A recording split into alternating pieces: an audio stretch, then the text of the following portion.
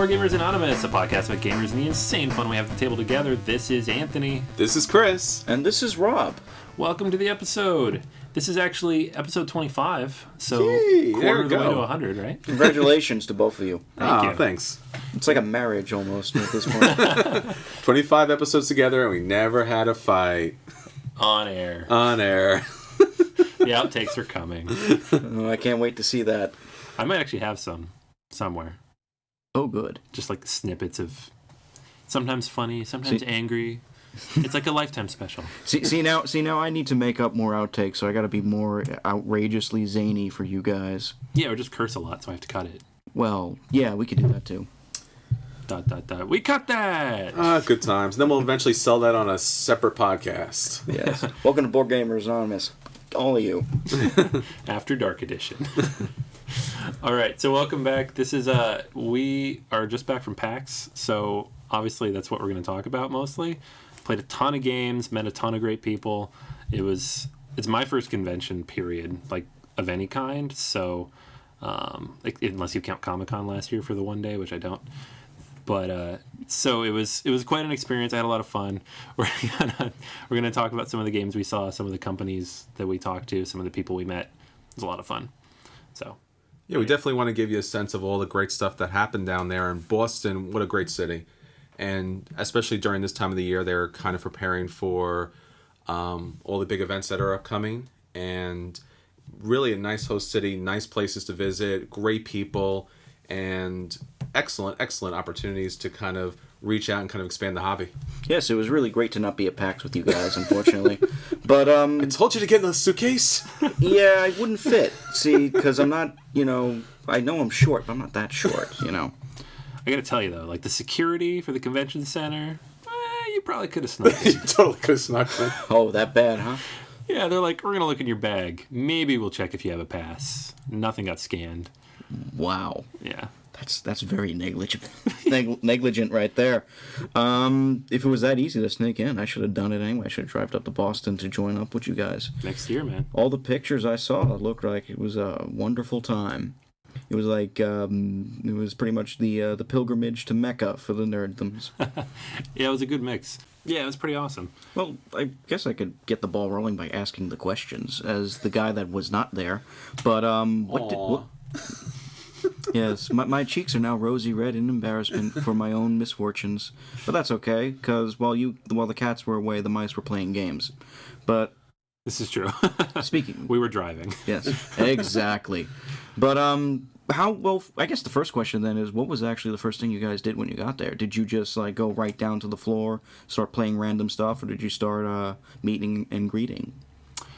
What did we do? We went to the tournament booth.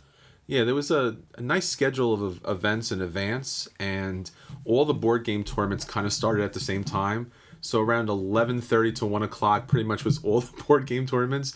So we kind of try to find our way around the convention center. So the video games had this main center, the premier spot, and the board games were kind of like in the back on the bottom floor. So you kind of had to walk around and around a bit.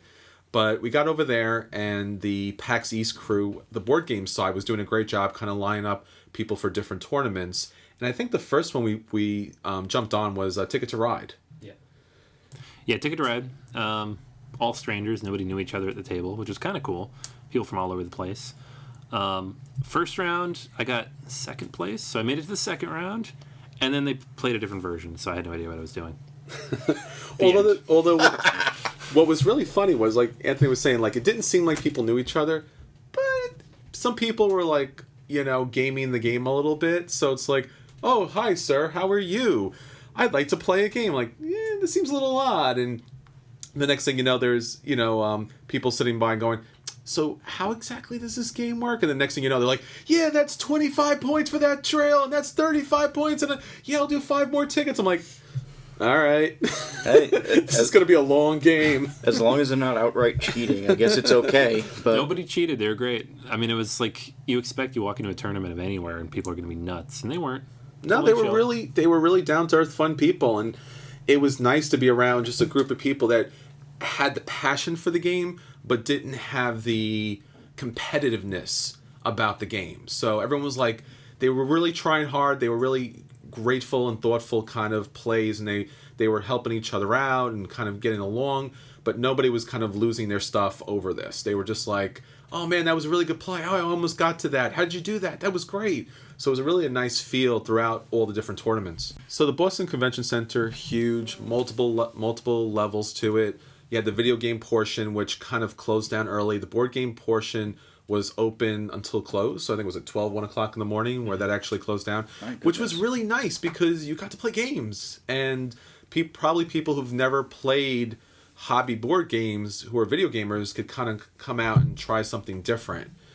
And when we first got there, it was like, wow, there's a lot of tables. This will be fun. And, but there's only a couple of us, maybe 200-300.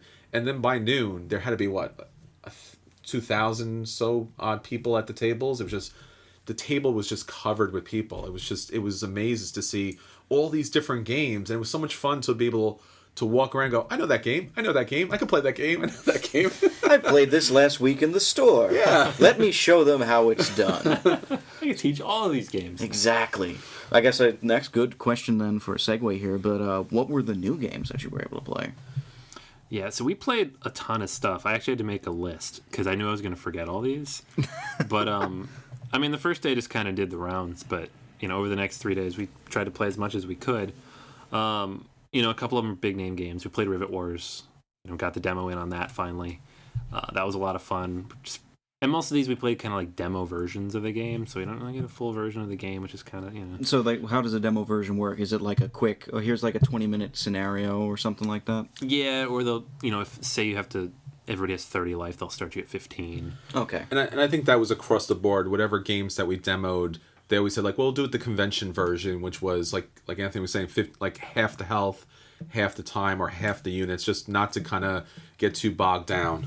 In a weird way, that's actually smart marketing, number one, because if you're able to show people, oh, I've heard of this, but I don't know if I want to play. It looks complicated.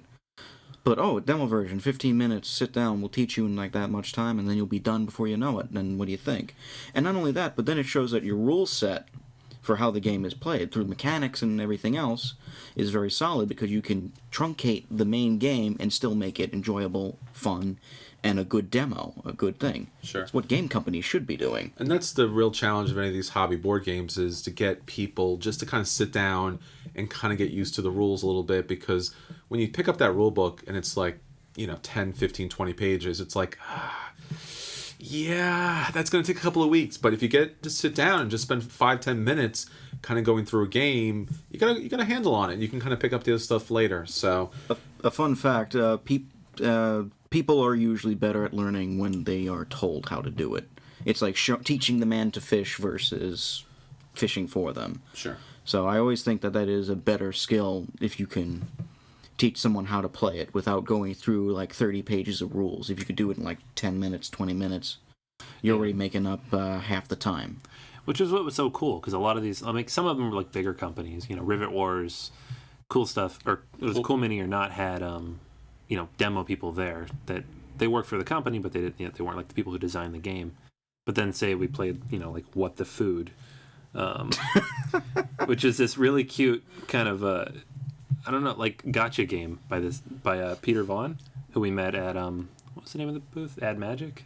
Mm-hmm. Yeah, so the publisher was Ad Magic, but he's designer of the game itself, and he showed it to us, and it was really cute. It was really fun, but he designed it, so it took him no time. How many times has he probably explained this game to people? Every single time. Yeah, thousands of times. And he was able to run through a bunch of games too, so that was pretty nice. And Aiello had people there, which was great. We demoed a bunch of games there, so that was fun too. I liked Rivet Wars. That was a lot of fun, and we had the opportunity, like Anthony was saying, to kind of play just through a really basic version, but it just kind of sets up the 2-player game. You have the opposite side forces. You kind of set up your troops. Each person goes, and it was fun. It was fun, light, cute. It was nice to see the miniatures. They actually it was nice because you see the pictures with the detail, and you're like, yeah, probably doesn't have that really detail in person, but had that really nice detail on it. I wish we did get a chance to play with the bigger units. There's also a multitude of different expansion units and things like that, so I'm hoping to get a chance to play with those in the future. Yeah, there's a ton of rules we didn't play with either. Like, we walked away and we're like, that was kind of simple. And then he was talking all these, like, rivet points and extra things that we didn't even touch. And I was like, oh, there's a lot more to this game than we got a chance to play. That could actually be worrisome, because if those rules actually change how the simple mechanics work, that might color the perception of the game later on. Yeah, I mean, I would like to play it with the full rule set, but everything I've heard from people who have played it, it's it's just as tight with the full rules. But that's obviously something, like, once we get a full game of it in, we'll get back to you with a full review. But yeah, I picked this up, so we'll get a chance to actually play this.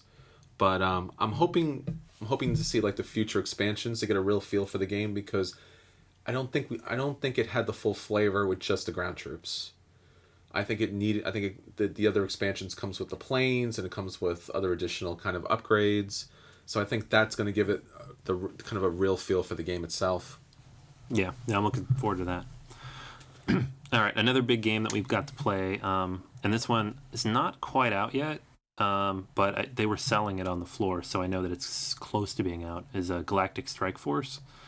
That's the new game from the Greater Than games. So these are the guys who make Sentinels of the Multiverse.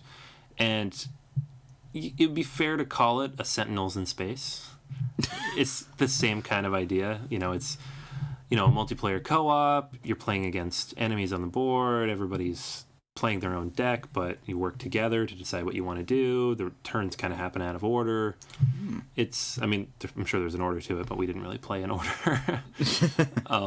So it's like a Star Warsian type of theme, or is it more just space opera?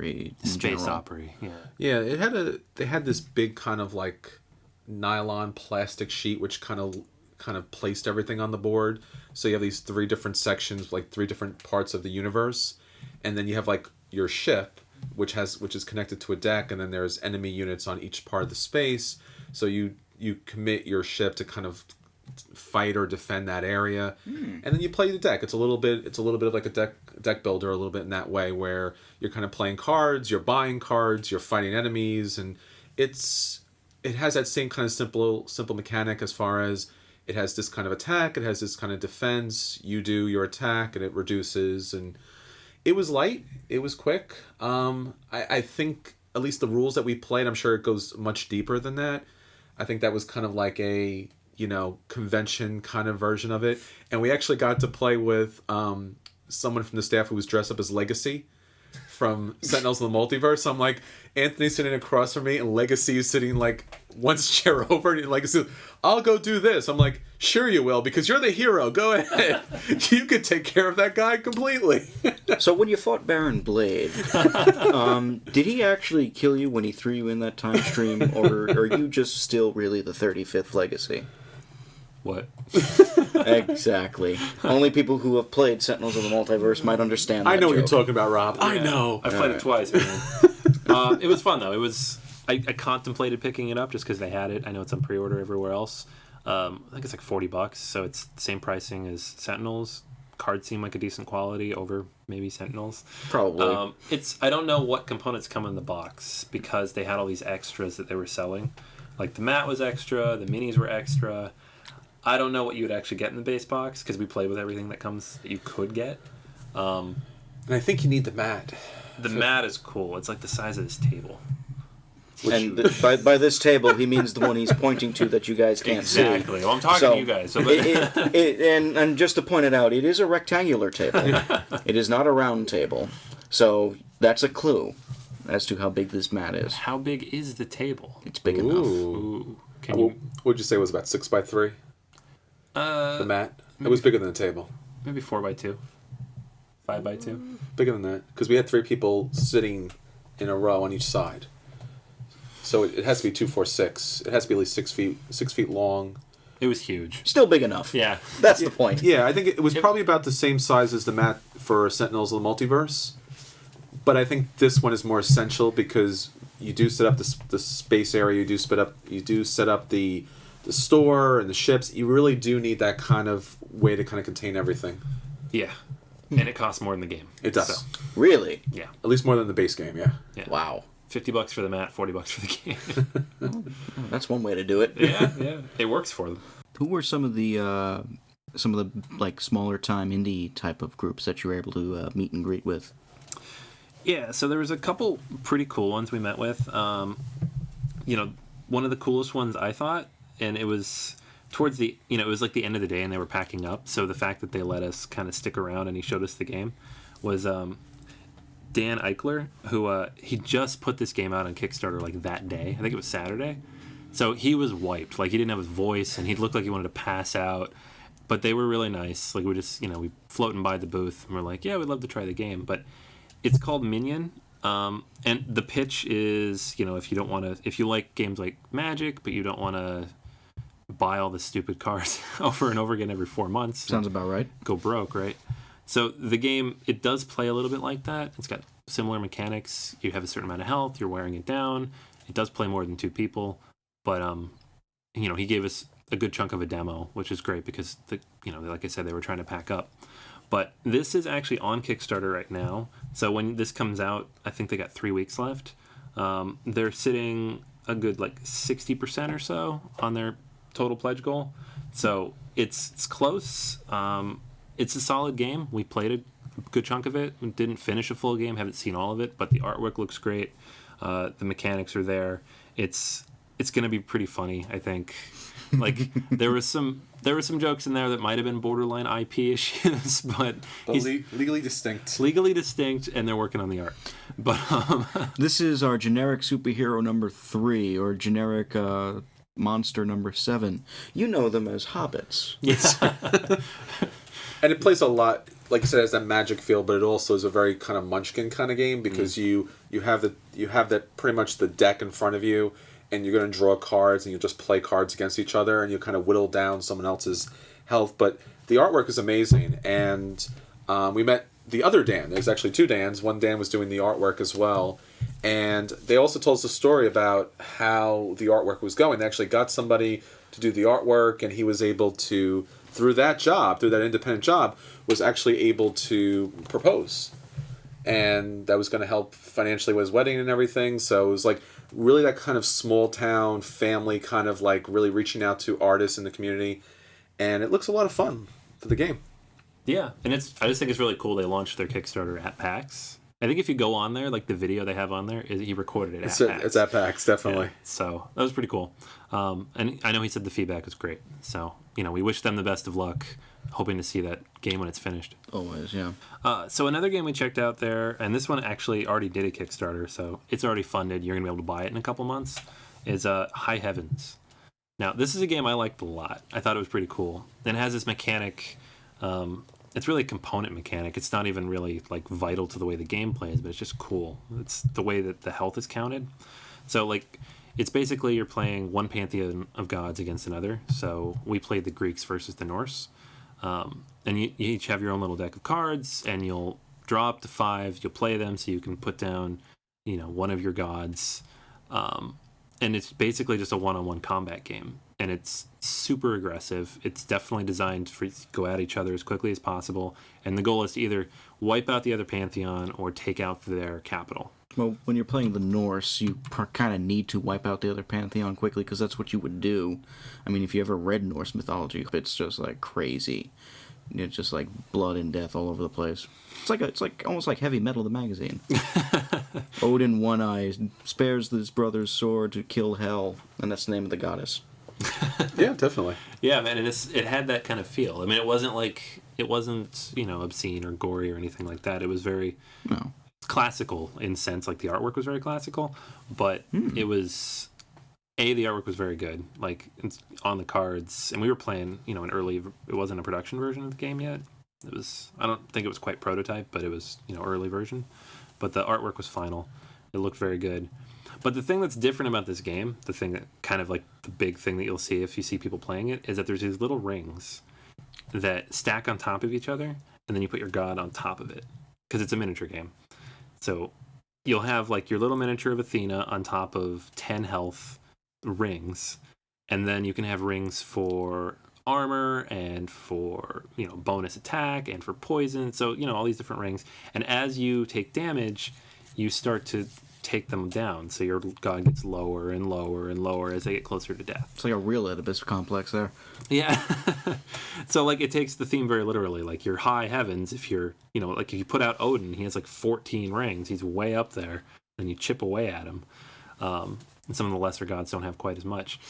The actual mechanics of the game are relatively simple, and we actually played rather long, but yeah, we played a full game of that. And there's also the Egyptian gods too, which we didn't get a chance to play. But what's interesting about that mechanic, as far as the little rings are concerned, is that the life counters that are available to kind of summon gods. So if I did want to summon Odin and he had 14 health, but there was only 5 rings available, I couldn't bring him onto the board. So there is a sense of like, you might want to kind of take some people down in order to kind of bring some other people up. There was additional spells, there were additional weapons that kind of gave you other rings to kind of play as. It's a fun, interesting game. It's a 2-player game, and I don't know, we really liked it. Any other shout-outs you want to give while we still can? Yeah. See, one other big game we played, and this is, another major release coming out probably end of summertime, so maybe Gen Con-ish, was Shadowrun, the Crossfire deck building game. Oh, goodness. So it's based in the Shadowrun RPG universe, and it's a cooperative deck builder.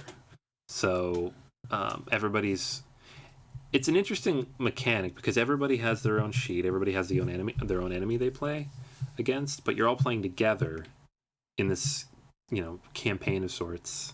You have a mission that tells you what you have to do to win. So you can attack other people's enemies. So it's all cooperative who you attack, but your enemy's going to hit you. So, if, let's say, someone over there is about to die, it's in your best interest to kill their enemy before you kill yours, even if yours is going to damage you. That could open up a can of worms in a lot of ways. Man, oh man, I could just see it now, like, oh, you didn't save me last time. Yeah, but I was trying to save myself because I was going to die too. I mean, the game ends if somebody dies. That makes it even worse. If you get it down to just 2 people that are about to die, and you can only save 1, then it's almost fruitless. Yeah, and we got to that point. So what was interesting about this game, it has that risk legacy mechanic where when you finish the game, if your character reaches a certain level or does a certain number of quests and abilities, you'll actually get to put a sticker on the card that will give that character an additional ability next game. So you can kind of, in a way, level up your character in that way. So that was kind of interesting. That would probably add to the kind of replay. I think he was saying 20 different race cards, and then it would be 4 different classes. Yeah. It's a little reminiscent of the way you just described that, Chris, was like the Pathfinder card game. Sure. The role-playing card game, which is, floating around the store a lot lately, too. Because they have a very similar setup where you level up as you go and you can do long-term campaigns with just a deck of cards. Yeah. It's kind of cool. So maybe like that cyberpunk itch. I know a lot of people like Shadowrun. They had their 5th anniversary edition came out, or the 5.0 edition came out this last year. The iOS app. 2 Kickstarter games. Yeah, it's been a hot IP lately. So it'll be interesting to see how this one does. And so that's Catalyst Games, which, they usually do like things like BattleTech and, of all things, the Duke. That's a good mix right there. Yeah, I know. Now they got Shadowrun. Hardcore, BattleTech, Shadowrun, and then the Duke. That doesn't fit. Oh well. But it's awesome because it's chess, only super awesome and hardcore. Hey, I love that game. I do too. It's a really fun game. It's what chess should be like. Yeah, it's pretty awesome. Like, they had it set up, and I was like, I want to play. I don't need to. I have it at the hotel. I don't need to play the demo at PAX. So that'll be cool. I look forward to playing like the full version of that when it comes out too. So I got a chance to meet Chris O'Neill from Ninth Level Games, and he's best known for an RPG that's been out quite some time called Kobolds Ate My Baby. So this is, if you take a look at at least the cover art and the art inside the game, this is John Kolvik, famous for the Munchkin artwork. So it's really cute, really kind of wacky, kind of fun, lighthearted, and it's a very light, simple RPG. We didn't have a chance to get to play it because of our schedule, but he was nice enough to kind of let me try out one of his kind of small games, which was called Knuckle Sandwich. Okay. Is it a thing? Yeah. So a Kobolds Ate My Baby card game. So if you've ever played Love Letter, it plays very similar to that. You have the different cards from 0 to 9. Obviously, the 9th card is the most powerful one card at the end, if you can get to the end. And the cards have different abilities, which will, in this way, you really are a hungry kobold and you really want to eat.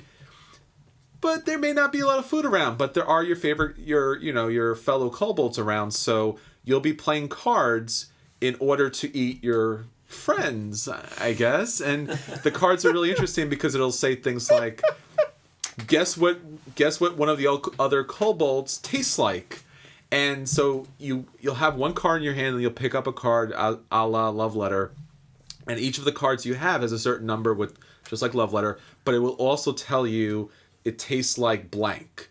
So it tastes like chicken or it tastes like bacon or something. So like, hey Rob, I bet you taste like chicken. And if you have the card and it says tastes like chicken, I get to eat you and put that on my plate. So I can score points that way. Sorry, Phil, but it's the choice between me dying or me gnawing on your knees. We all know what's going to happen now. Yeah, I love the humor in this. It's awesome. Yeah, so it's a cute little fast card game, and if the RPG is anything like this, it's definitely an opportunity to pick this up. The card game is fun. It really kind of scratches that itch as far as the Love Letter mechanic, but with a little more D&D kind of ruthless flavor to it. No pun intended. Or pun intended. All right, so yeah, I mean, and there was a lot of other people we met there too. I mean, we don't want to give anybody short shrift, but we met Luis and Miguel Lugo. They had Super Fantasy Rumble, which seemed like a lot of fun. Unfortunately, because there was so many people playing it, we didn't get a chance to check it out. Yeah. Another game we got to try out was Clockwork. We met Nick there at the floor, and he is prepping this game for Kickstarter. So we just played a prototype. The game itself, I think you said it reminded you of Wiz Wars. Yeah, you could pick one of these 4 different classes, and we were on a team 2 versus 2. But I think what the interesting thing about the game is that the components are built in such a way that you could play it a lot of different ways. And I think that was his intention. You could do a classic dungeon crawl, or you could do, player versus player or team versus team. We did a team versus team, and it was basically move through this kind of cavern and then play your spell cards. So and the spell cards were kind of unique for that character's class. So I'm really looking forward to seeing how this kind of looks in its final form and all the different possibilities that it could play out. Yeah, it'll be fun to see. So I've actually been in touch with him a little bit on Facebook, so hopefully he'll let us know when that gets ready for Kickstarter so we can point everybody at it. That sounds like sounds like a good mechanic too, with the way it is. Because I have played Wiz Wars, or at least I almost played Wiz Wars, I should say, because I remember that night. But it sounds so dramatic. I remember that night. It was dark and stormy. What? Didn't you just have to go to bed? I don't remember what. 1,000 years ago, when I almost played Wiz War. In a world where Wiz Wars is unplayable. But in all seriousness, though, that does actually sound good. I liked how Wiz Wars looked. I like how it mechanically looks. Sure. I'm looking forward to bringing that back out to the store and picking up the expansion hopefully soon, because it adds a lot of different gameplay to it. Yeah, definitely. So the one other game that we saw, and we didn't get a chance to play it because we kind of ran across it on our way out. Like, we had our bags, we were going to the car. But oh God! But we wanted to stop and say hi at the Smirk and Dagger booth because Kurt, who runs Smirk and Dagger, actually helped us out during Extra Life. So he sent us a few games. We knew he was there. We didn't have a chance to talk to him earlier in the weekend, so I wanted to stop and thank him for the games he sent out, let him know how well the Kickstarter or the Extra Life event went, and just say hi. But while we were there, he showed us this new game called Student Bodies.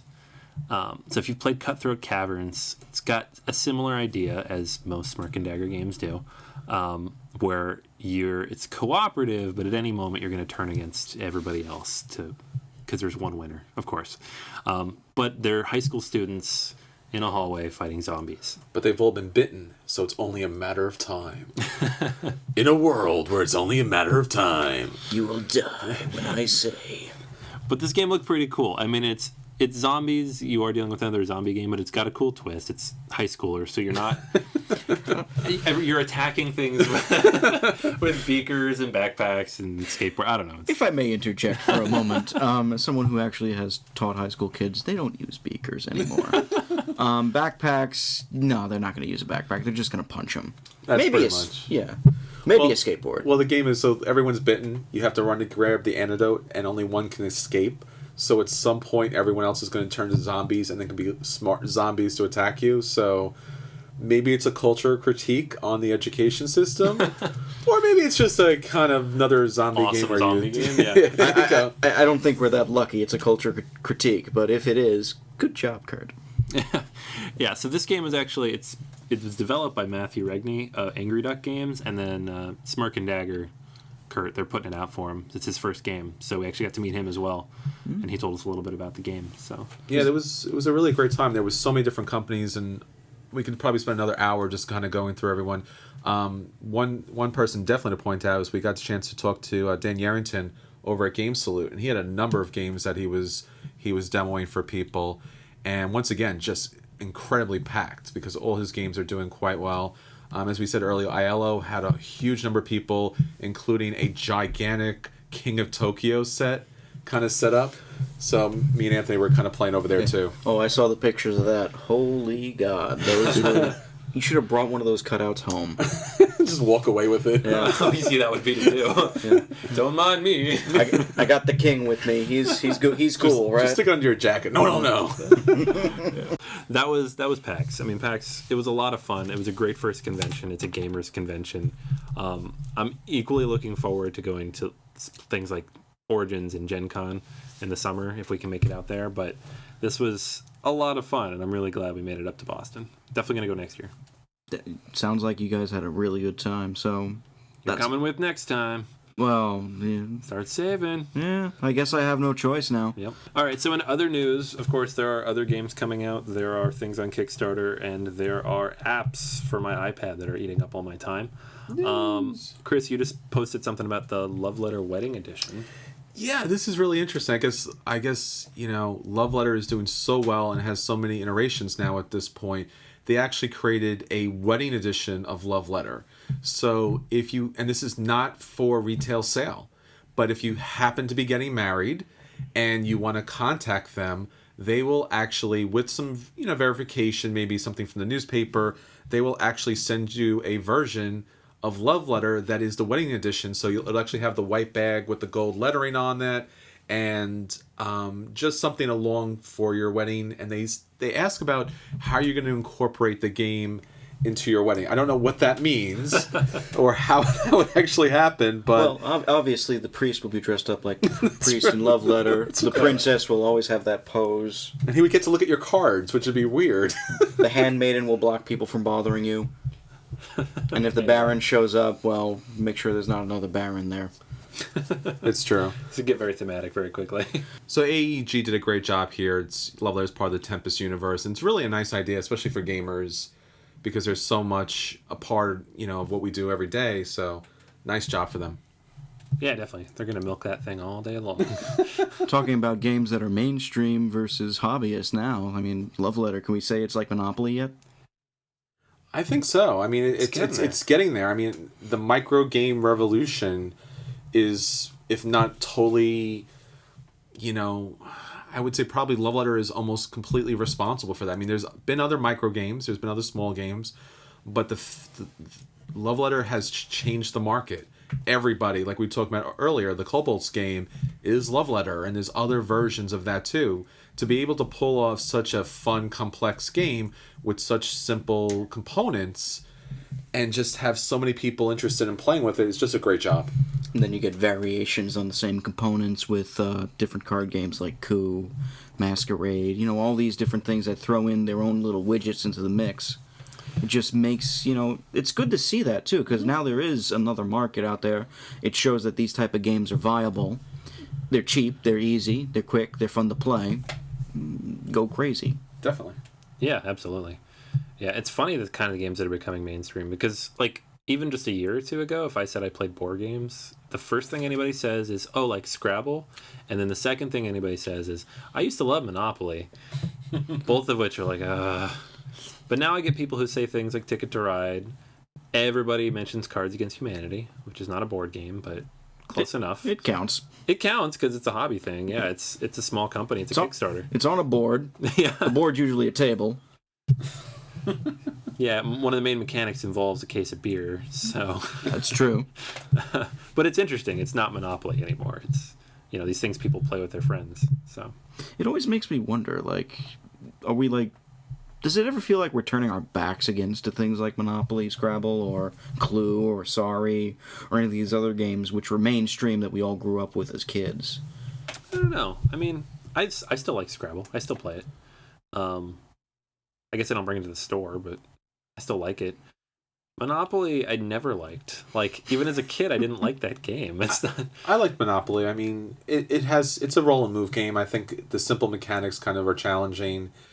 And the fact that it does have that kind of brutal, kind of like take out your neighbors and they still have to watch you play, even if they're kind of like, maybe they're holding on to $1 and they're just kind of running around the board for another half hour. So it's the type of game that probably, if it came out today, wouldn't see the mass appeal that it already has, because it really is somewhat part of our cultural identity, like, an American type of game.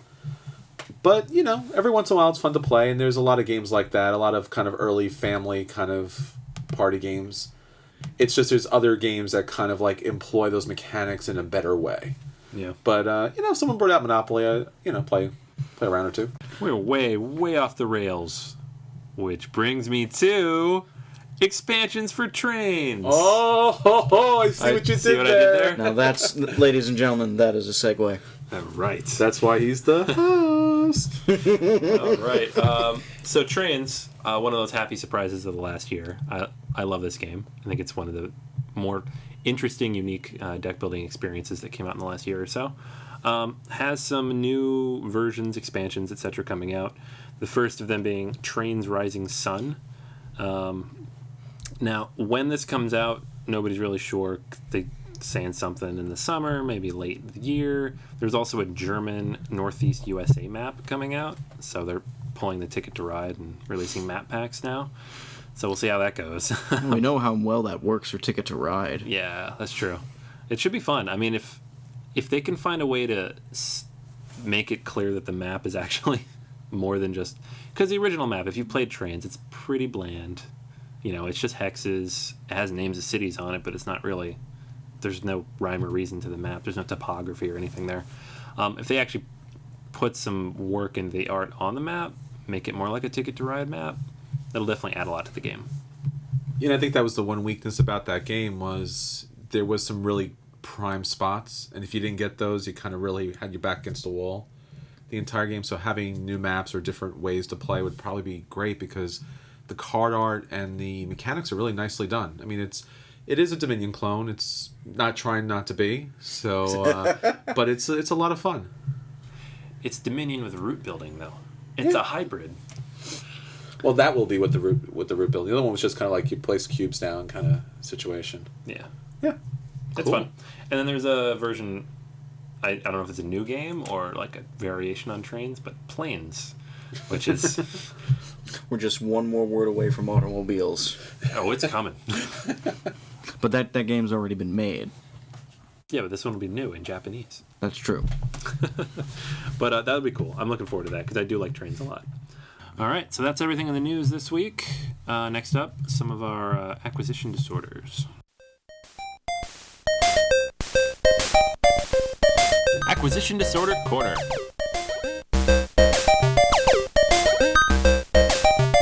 Let's ignore everything from PAX and just let's keep the list short. Oh, the list is incredibly long and cumbersome, but if it's okay, I'll go first because I acquired nothing.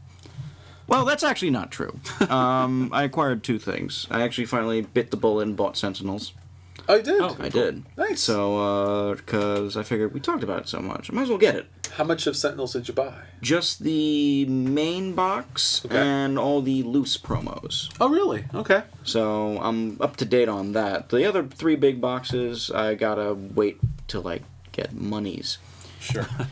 But the other acquired game this month for me in my gaming budget was a little game called Splendor, which was pretty fun. It's basically a game where let's face it, you're playing like jewel merchants who are mining jewels to sell them to nobles, and the goal is pretty much just that. So you got to get 15 victory points to win. And the game comes with some really great pieces. Like, for example, you get poker chips, really fantastic clay poker chips that are color-coded and have these great, like, pictures of, like, gems on them. The card stocks are really good. You have good artwork on all the cards that are really, like, kind of like a quasi-Renaissance-y feel. So the components look great.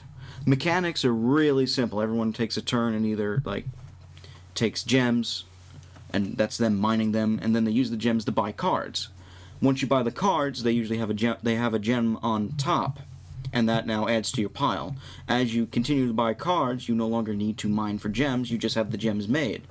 So then you can buy the more expensive cards as time goes on. First person to 15 points wins. Or, well, first person to 15 points ends the game, then you get one more round around the table, and then you tally it up and see who wins. Really simple, really short to the point, lots of fun. Yeah, I had a lot of fun with this. It's a Reiner Knizia game, right? I believe so. Yeah, because it's got that abstract kind of simple art, but like, you know, deceptively simple, addictive gameplay aspect to it. It definitely had that, like I was telling you, Rob, it had like a Dominion kind of deck builder, because you're picking up the first level of these gems, and then you're kind of piling these up to pick up the second level, which kind of gets you a card, and you're picking up those for the third level, which is scoring you points. So it's a nice kind of easy progression, and everything's kind of out there in front of you, so it's pretty easy to kind of like figure out where you're going next, and then you have that wild gem where you can kind of pull a card over and hold it for yourself. Yes, there's a wild card token. They call it the Joker token. It's basically a gold coin. You could reserve a card, on any card on the board or one of the cards that are still under the deck, for yourself. You can do this up to 3 times. And then once you pay them off, you get the wild token. It can be any gem you want. And it's a good way to like mess with strategies, build up strategies, try and second guess your opponent. So if you notice they're going for a certain card, I'll take that. So you're out of that mix. I kept this now. Rob is explaining what he did to me the first game we played. That's true. But this is also something other people have done to me since, because they've catched on. But it's a lot of fun as far as you hold a card, you have enough to build that card, and then you get that wild gem, and then you're able to play that on another card, so it kind of really cycles pretty quickly. It does. It's a relatively quick game, or should be. It's very slow in the beginning because we're still building up the gems, and you can only take so much. It's like one color out of 5 colors, or 2 of the same color, as long as there's enough to do so. But it is a slow build, but once you get past a certain point, then it'll be like, oh, I got that for free, got that for free, I get that for free, and I get those points there, you know. So it could escalate really quick and just end like in a snap, abruptly. And I tried to do a snap with my finger and failed miserably there. There you go. There's a soundbite for you. I'll splice it in. All right. No, you don't have to splice it in. No, I'm not doing that. Yeah, Splendor is a really fun game. It looks... I think there's... You look at the box, and it doesn't look like a whole lot. It looks like a pretty simple game. Then you open it up, and it looks like... Still looks like a simple game. It looks like a very simple game. You really don't get the feel of, like, how strong the game mechanics are and how much fun it can be until you actually start playing it and get halfway through the first game, because like you said, the first like 20 minutes are super slow. Yeah. And until you know why they're slow, it's, I'm not going to say boring, you're just like, what are we doing? Nobody has any points for a long time. It's true. And people use that to their advantage, like they would reserve a big card early on, or they would like, oh, we're just going to go for this color, and then I'll use this, because we got those colors on the top. I'll just get the regular gems, and now I got like 4 of this color, 3 of that color. I can buy one of the cards in the 3rd tier, and that gives me 4 points quickly. And then there's those tiles up at top, which if you have to have, like, usually it's 3, 3, and 3, or 4 and 3. So you just gain those by having enough resources in front of you, at least card wise. Yes, they represent the nobles that notice that you're a very savvy gem merchant, and they want you to, buy a lot of gems from you, basically. Yeah. So it doesn't take up a lot of table space. You have the gems, you have a couple of lines of cards, and you have those nobles up top. Plays pretty fast. What would you say, about half hour, 45 minutes if everyone's on board? 30 minutes to 45, an hour at most if people are still learning, I've noticed. But once people have learned it, it goes quick. So I do recommend the play for sure, and I would honestly say go and buy it. I would say it's worth it. Okay. I would say the mechanics, it's a pull for me because it's like the mechanics are not heavy enough that it makes me want to go out and buy this to play multiple times. But at the same time, the simpleness of the mechanics probably makes it easy enough that I could probably play this with anybody. My family might be like, wait, this seems complicated. No, you just have to have enough of any color in order to get the card. Oh, all right. Yeah, I can do that. That's pretty easy to manage. So I guess if you get this as a good price, this is a buy. It's one of those games, it's not going to keep your attention for very long, but it's definitely something you can play with a lot of people. So for that fact alone, I would pick this up. Yeah, I agree. Easy to teach, easy to learn. You could probably have anybody play this game. It's something you can put in your collection. You'd probably pull it out. Even once the initial "this is awesome" burns off, you probably play it every month or two, just because it's simple and quick and easy. And you could say you have people over for dinner and they're not big gamers, you probably get them to learn how to play this. That's the key in the end. Simple, quick, and easy is almost always, well, for me at least, it's almost always like that's already a plus because everyone has a busy life all the time. We're working, dealing with kids if we have kids, or all these other things. And quick games like that are what keeps not only the hobby going, but interest in gaming going. Yeah, absolutely. All right, so other games that I want to buy. I did buy one. I spent all of PAX trying to get a demo of Myth, and like two times out of the 3 days, ran over there. Was like, "There's a spot at the table. Someone beat me in the door." That's how popular this game was at the convention. Like everybody wanted to play. So on Sunday I just bought it. Forget it. I'll just bite the bullet here. So how does it play? I haven't played it yet. But spoiler, it could be a future review. Could be. Dun dun dun. If I get through the 65-page rule book. Talk about a chance where you really needed a demo to get through the rules. Yeah, it would have helped. I mean, I wanted to use the demo as like a buying decision. I ended up buying it anyways, but now I wish I'd done it just to learn how to play. I guess YouTube helps with that. So. Well, at least you didn't get it for $800 like it was online. My goodness. Yeah, the Kickstarter edition. I still wish they'd had it at the convention. I understand that they didn't print extra as it was very popular, but some of that other stuff looks really cool. But there aren't a lot of exclusives. There's a lot of stuff that came with the Kickstarter that they're going to sell eventually, so I just have to be patient. Womp womp womp. So that was my big purchase. Brought home a few other random things. I got on sale. Got a copy of Spirium for half off. Got an X-Wing miniature. Got some free Attack Wing miniatures. Yeah, that was that great panel. I don't play Attack Wing, but maybe I will now. There you go. There's your gateway drug. Yeah. Free stuff. Woo! Speaking of that, yeah. dun dun dun. Segue. Because I'm a professional. Wave 4. This April will be probably the most anticipated wave out of any. In particular because, well, let me get through the kind of the fluff stuff first. You'll see a ship from this is the Voyager arc that's now kind of coming into play. So they will have 2 3-month tournaments that are upcoming. Before that, there are 2 1-month tournaments, but WizKid has a delay on some of their production, so everything's been pushed back at least 1 month now. But nonetheless, the new wave is coming out. It should be in stores, hopefully by the time you hear this.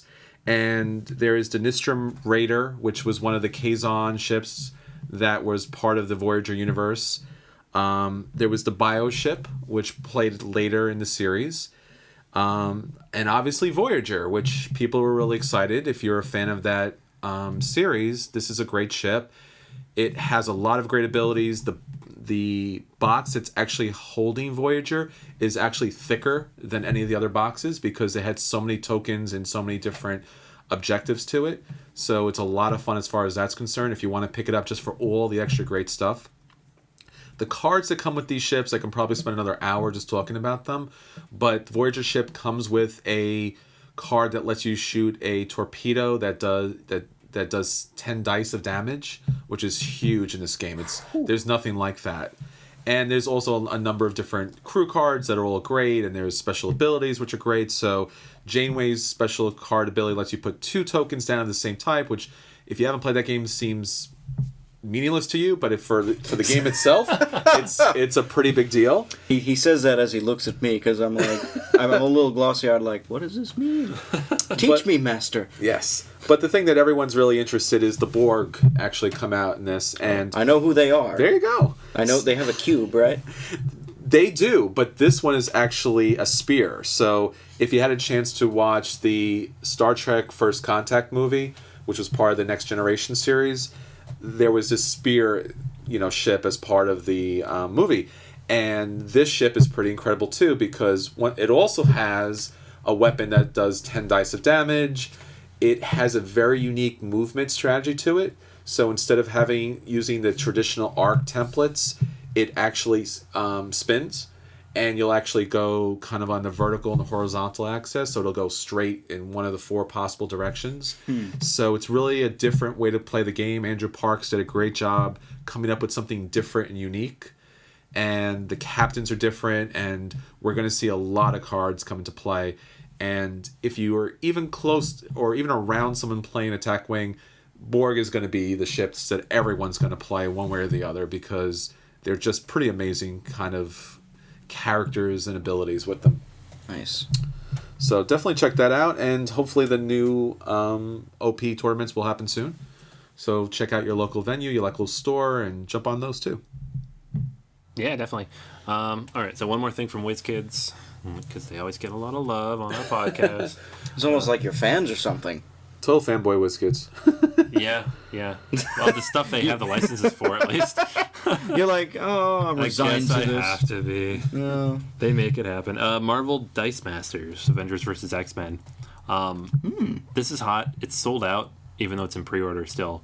But we did get like a little taste because during the panel we were at on Sunday, Bradley Cummings from Board Game Geek handed out free sample packs, like the $1 like little booster packs they're going to be selling later. So we got to see what the cards look like and the dice. It's kind of cool. I mean, it's obviously I haven't played the game yet. I haven't seen any of the mechanics. I have no idea how it plays. I'm sure it's kind of like a Magic Warriors crossover. Yep. Collectible. Here's my money kind of game. Collectible dice game. Yeah. It's a collectible dice game. I never thought I'd see those two married together. But the cool thing though, and at least they were smart enough about this, the dice aren't collectible. Like the dice are all the same. Oh. Every character has the same dice. Well, the cards are rare. Ah. So you could have a Wolverine dice and 6 different versions of Wolverine on different cards. You're gonna use the same dice. Mm-hmm. I'm sure there'll be some rare dice somewhere because of course it's WizKids, but it's not different dice for every version of Wolverine because that would suck. So the Shadowcat dice will be all invisible. That would be awesome. and the die will pass through other dice. Exactly. That would be great. The Nightcrawler dice will disappear when you say and you close your eyes. The Beast dice are furry. Of course. I'm just naming names I remember from the X-Men cartoon. So there'll be a base set that'll have a whole chunk of dice, and then you'll buy the boosters, and the boosters are pretty cheap. They're about $1. Yeah, $1 or $2. Yeah. So, and you'll get a card, and you'll get 2 die. You'll get 2 cards and 2 die.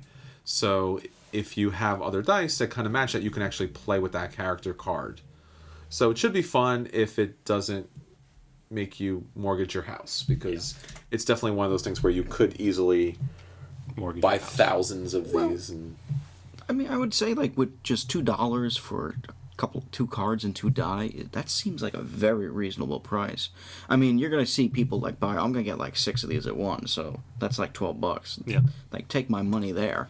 But that's like already cheaper than a Magic booster, which is like $4 right there for 15 cards. Pokemon booster, like $4 for like 10 cards or something like that. I mean, for $1, they're gonna build this game and people are gonna eat it like popcorn. It's almost like a superfluous buy then.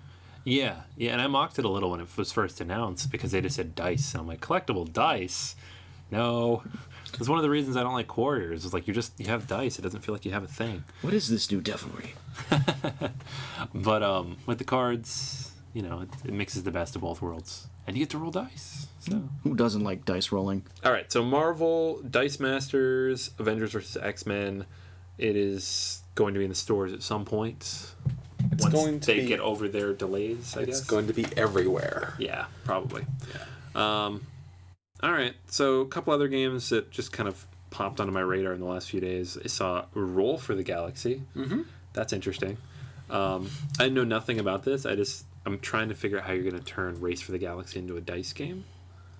If you could do it with Marvel versus with Avengers and X-Men, they can do it with Race for the Galaxy. Yeah. And that seems to be another trend. You build this very complex, heavy game, which is great, and then you find an easy kind of dice version. So you have like Space Cadets has the dice duel version of it. Bang has a dice version of it. So this seems to be like another trend that's kind of developing. Yeah, Nations, too, has a dice game coming out. Yeah. So, and that's a super complex game. Going to boil it down to a dice game, which is kind of cool because then you get like an entry level for people who are like, I'm not paying $100 for a game that takes 4 hours to play and that might make me angry. Or for some people, it'll just be more fun than the actual game. Probably, yeah. Mm-hmm. So that'll be a lot of fun. Another one I saw, and I'm only interested because of the IP. I think it'll be interesting. Is Kill Shakespeare. This is a comic series from. And that was just a recent Kickstarter that funded too. Yeah, so it's up for pre-order now on all the websites. So I don't, again, who knows what that means in terms of release date. I'm sure it'll go to backers first. But the comic company is actually publishing this one. It's their first board game. So... that's a big risk, too, if they've never done a board game before. Yeah, it'll be interesting to see how it does. I mean, it's all about the mechanics, because the artwork looks great. The background is great. The comics are fun. So it's just, if you got a decent game in there, this could be a really big win for them. So it'll be interesting to see how that pans out. Mm-hmm. And then we could have another trend. Yeah, this whole licensed game thing it's obviously always been popular, but now it's becoming more... people are putting more resources behind it, even internal resources. So we have like IDW helped put together Kill Shakespeare. We have Valve was working on the Portal board game. Mm-hmm. So it's not just like, here's our IP, go do something with it. It's like, no, we want to be involved. We know what we want, the story we want to tell. There's a lot of crossing the streams and working together now within a lot of the industries. I know Green Ronin and BioWare and EA, and de facto EA worked together to make Dragon Age the tabletop game, the RPG, and I think they're still working on the third set, which I'm sure is going to coincide with Inquisition coming out soon. Mm-hmm. So like we're seeing the beginnings of this sort of... It could actually lead to either a really good renaissance for both board games and IPs of all types. It doesn't have to be just comic books or video games. It could be movies and things. And this is exactly what we heard at the panel, that just like video games, if it had a real IP attached to it, it was almost inevitably a terrible, quick kind of cash grab kind of situation. But now the board games are actually these independent small designers, or even if it is a WizKids or Fantasy Flight, they're actually spending good amount of time developing mechanics that work with that universe and not just slapping an IP skin over another Monopoly game. And that's great, because probably there's nothing better to bring people into the hobby game market as an IP that they're familiar with. So I know we talked about Attack Wing and Star Wars Miniatures, another great kind of not just a skin, but a real theming of the game. All right, so that is everything we have for this week. Real quick before we go, though, of course, you can follow us on Twitter at BGA Podcast. You can connect with us on Facebook. Just search for Board Gamers Anonymous. And of course, we have the Board Gamers Anonymous website, www.boardgamersanonymous.com. And check us out on Board Game Geek. We have a guild there as well. So there are half a dozen ways to find us. Share your gaming experiences. If you're in the New York area, of course, Myriad Games is where we hang out. All right, so that is everything for this week. This is Anthony. This is Chris. And this is Rob. And until next time, we'll save you a seat at the table. Hey, Rob. Yes. Did you bring Splendor? Why, yes, I did, Chris. Well, I'm going to put a wild gem on that. Hold it until